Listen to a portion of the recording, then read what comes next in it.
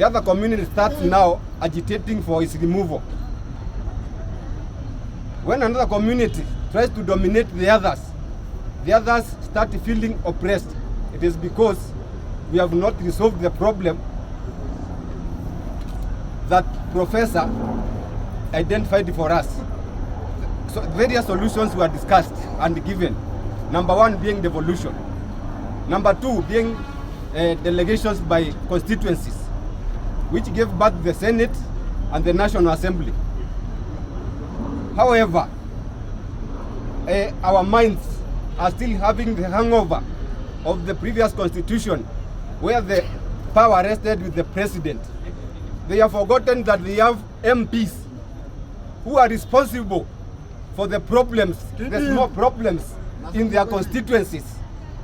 People have forgotten that their MCAs are carrying money with the bags to do the small projects like roads, bridges, but they are not talking about those MCAs. Everyone is now focused on the presidency, the house at the hill. That is the problem. People are forgetting that their governor is having money in the county.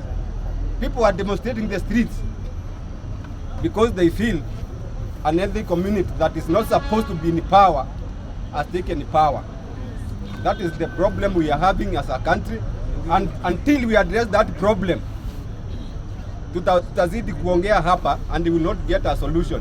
Let's first of all appreciate that we are 45 nations within a nation, and we cannot live by hating each other or assuming we are one country. First of all, we appreciate that we are 45, then we appreciate the diversity that comes with those individual nations.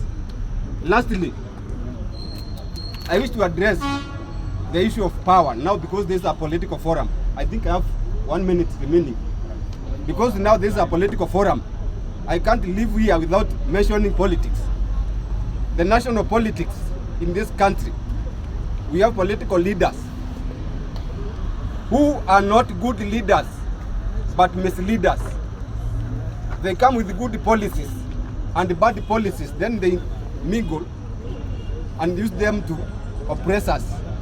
It is their time as citizens, when we are able to sit here, we look at the issues, even ourselves. For example, nimeona kuna a member of this bunge ya mwananchi ameenda kotini about the issue of the new university funding model, and it is working. Si lazima mungoje Ruto akuje atengeneze a new funding model ama akuje aiondoe. It is serving his interest. If it is not serving our interest as the people, we have the opportunity to challenge it. So today we are going to challenge Ruto, we are going to challenge Raila, we are going to challenge all those political leaders to kindly lead us into the right direction. Asante, Mr. Speaker. Okay.